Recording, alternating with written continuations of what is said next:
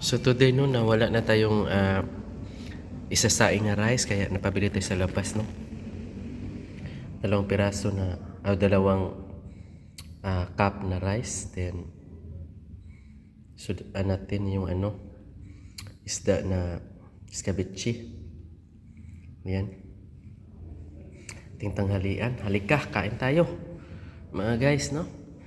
Huwag tayo magpalipas ng kain. Actually, nalipasan na ako. Pero kailangan na hindi magpalipas para stable yung good health natin.